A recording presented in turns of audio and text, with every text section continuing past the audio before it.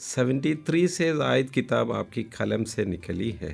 اس سلسلے میں آپ بتائیے کہ ان دونوں میں سے کون سی زندگی یعنی پیشہ ورانہ زندگی یا ادبی زندگی آپ کو زیادہ پسند ہے؟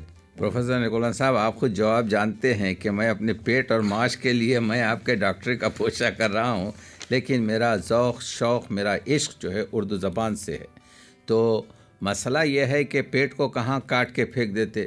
تو اور دوسری چیز یہ ہے کہ یہ جو آپ نے بتایا کہ 74 کے قریب جو کتابیں میری پبلش ہوئی ہیں، یہ بہت سی کتابیں، میں شاید تنہا شخص ہوں جس نے ابھی تک میری ایک کتاب کو بھی فروخت نہیں کیا اور نہ ایک کتاب کی رائلٹی حاصل کی. اس کی وجہ یہ ہے کہ مجھے اتنا مل جاتا ہے کہ میں آرام سے زندگی گزار سکوں. تو میرا عشق، میرا ذوق، میرا شوق سب کچھ اردو ہے. اب رہا یہ کہ ڈاکٹری میں بھی میں نے آپ کے مختلف وہ انگلینڈ ہو کہ امریکہ ہو کہ کینیڈا ہو، میں نے بہت سپر اسپیشلٹیز حاصل کی ہیں، جس کی وجہ سے تھوڑے سے وقت میں جو میں کام کرتا ہوں تو مجھے ان لوگوں کو ہائیسٹ پیڈ کرنا پڑتا ہے.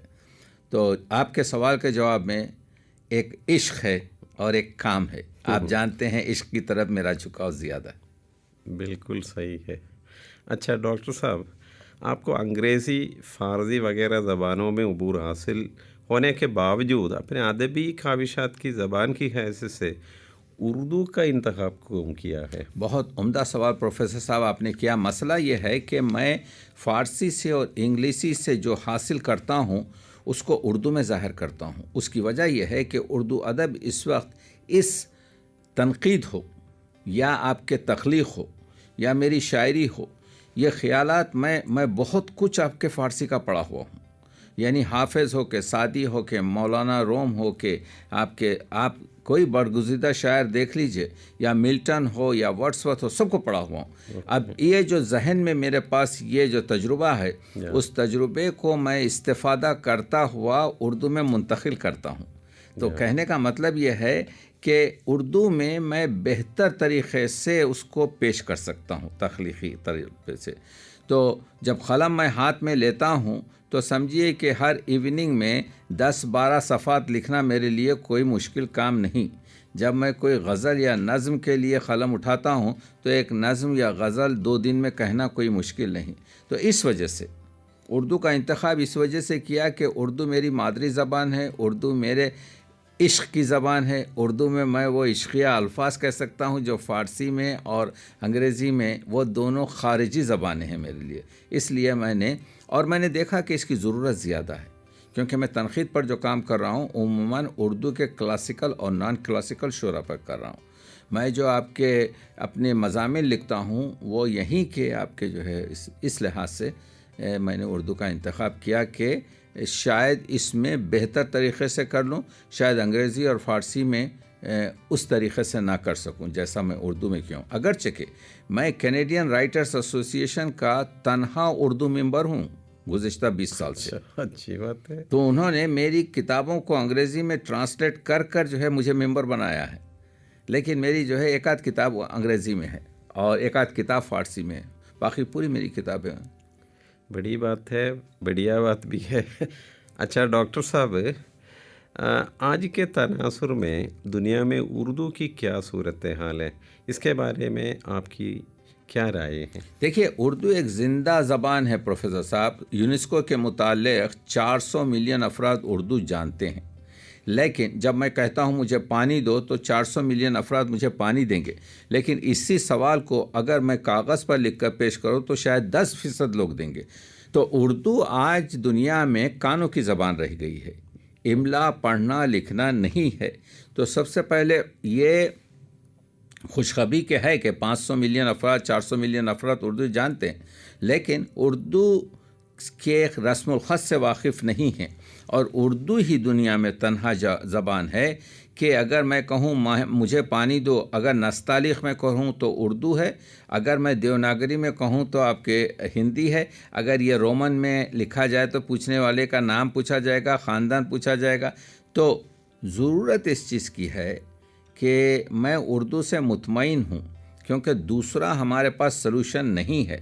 لیکن یہ بھی ضروری ہے کہ اس کا رسم الخط، اس کی بنیادی تعلیم، اس کو روٹی روزگار سے جوڑنا، اس کو جدید ٹیکنالوجی سے جوڑنا، اس کے عملے میں سہولت پیدا کرنا، یہ سب مسائل اردو کے موجودہ مسائل ہیں، جس میں آپ دیکھ رہے ہیں کہ میں ابھی آپ کی یونیورسٹی کے شعبہ اردو میں نے دیکھا آپ لوگ جس طریقے سے کام کر رہے ہیں یہ بہت پازیٹیو طریقہ ہے، اور ہم مطمئن ہیں کہ بہت جلد آپ کے جو ہے ہم اس جو 1903 میں جو اردو ترقی بورڈ بنا تھا اور آج اردو تحفظ بورڈ کی ضرورت حاصل ہو رہی ہے وہ ختم ہو جائے گی۔